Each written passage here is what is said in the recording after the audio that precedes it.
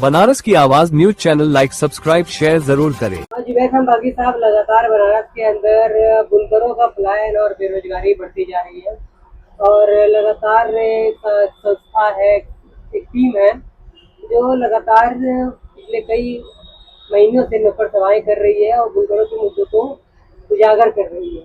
ऐसे में इस संघर्ष को, इस प्रयास को किस तरह से आप देखते हैं? सबसे पहले इंडियन यूथ फाउंडेशन को इसके लिए सबसे ज़्यादा श्रेय मैं देना चाहता हूँ, क्योंकि इन नौजवानों ने एक तरह से पलायन और जो मजदूरी की समस्या है उस पर एक क्रांतिक कदम उठाया है और उसके साथ साथ मतीन भाई को भी श्रेय जाता है। जिस तरह वो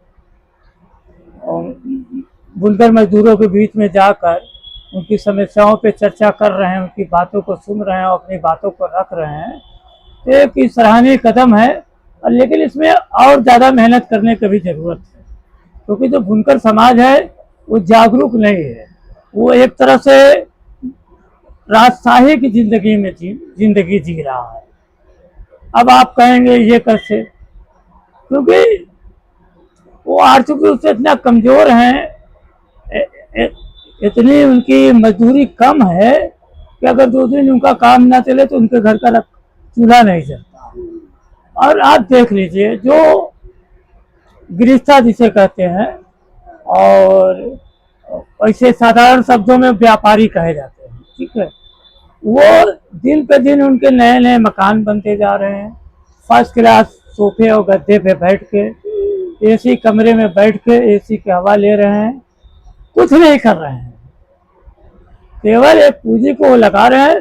उस पूंजी से गरीब मजदूरों, बुनकर मजदूरों का शोषण करके अपनी पूंजी को बढ़ा रहे हैं और गरीब मजदूरों का घर बिक रहा है और उनका नए नए घर बन रहे हैं। तो ये बहुत बड़ी समस्या है, बहुत अनुपात में बहुत ज़्यादा डिफरेंस है। इस डिफरेंस को कम करना बहुत ज़रूरी है। जो आज के दौर में बुनकर की मजदूरी है, हकीकत में जो होना चाहिए वर्तमान परिस्थिति के हिसाब से, वर्तमान समय के हिसाब से, वर्तमान महंगाई के हिसाब से, उसकी आधी भी मजदूरी नहीं है। और मुख्य कारण जो पलायन का है बनारस के युवा नौजवानों का, खास करके वो मजदूरी ही समस्या। अगर उन्हें यहाँ काम मिलता तो अपना परिवार छोड़ के 2,000 1,500 किलोमीटर दूर जाके वो काम क्यों करते। एक अच्छा प्रयास है इंडियन यूथ फाउंडेशन और के द्वारा जो चलाया जा रहा है अभियान नुक्कड़ सभाओं द्वारा, इसे जारी रखना चाहिए और इसका स्तर और बढ़ाने की जरूरत है। जैसे 10 नुक्कड़ सभाएं आप कर ली, उसके बाद एक सम्मेलन करने की जरूरत है। 10 नुक्कड़ सभाओं के लोगों में जो आपने बात पहुंचाई, अब उनको इकट्ठा करके एक बड़ी सभा करने की जरूरत है। इस तरह मान लिया 10 नुक्कड़ सभा करने में अगर आप हफ्ते में कर रहे हैं तो 2 से ढाई महीने लग जाता है, तो 3 महीने में कम से कम एक बड़ी सभा भी करने की जरूरत है। इसमें समय लगेगा, इतनी जल्दी बुनकर मजदूर इकट्ठा नहीं हो पाएगा, उसकी भी समस्याएं हैं, उसकी भी मजबूरियां हैं, इसको भी ध्यान में रखते हुए इसी तरह आप जब 3-4 सभाएं साल भर के अंदर, बड़ी सभाएं हो सकती हैं। अगर 3 महीने में भी अगर आप एक सभा कर रहे हैं तो 4 साल भर में 4 सभाएं आराम से हो जाए। लेकिन इन सभाओं में एक चीज़ का ध्यान रखना है, वो 1% लोगों को इन सभाओं में आमंत्रित नहीं करना है। मजदूर ही बैठेगा वहाँ स्टेज पर और मजदूर ही अपनी बात वक्ता होगा, है ना। आप होता क्या है, जो बुनकर सम्मेलन होता है उसमें 1% जो है वो आके स्टेट की शोभा बनते हैं और 1% के लोग वक्ता बनते हैं। मजदूर तो वहाँ बैठा रहता है सिर्फ ताली बजाने के लिए।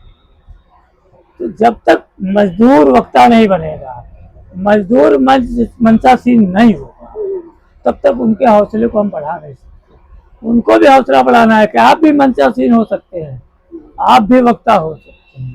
तो इन सब बातों को ध्यान रखते हैं, एक अच्छा प्रयास है। मैं सारे इंडियन यूथ फाउंडेशन के पदाधिकारी या कार्यकर्ता जो भी लोग हैं उनको शुभकामनाएं देते हैं और उम्मीद करते हैं तो जो उन्होंने मिशन शुरू किया है वो मिशन जल्द ही पूरा होगा और बनारस में मजदूरों की, बुनकर मजदूरों की मजदूरी वाजिब तरीके से मिलना शुरू होगी, जिससे बुनकर भी खुश रहे, बुनकर भी खुश रहे और आपके शब्दों में गृहस्था, हमारे शब्दों में व्यापारी, वो भी खुश रहे। जब तक दोनों खुश नहीं रहेंगे तब तक बुनकर जो बनारस की साड़ी है उसका भविष्य खतरे में रहेगा। जब दोनों खुश रहेंगे तभी बनारसी साड़ी का अस्तित्व बना रहेगा, वरना आने वाले दिनों में बनारसी साड़ी का अस्तित्व खत्म हो जाएगा।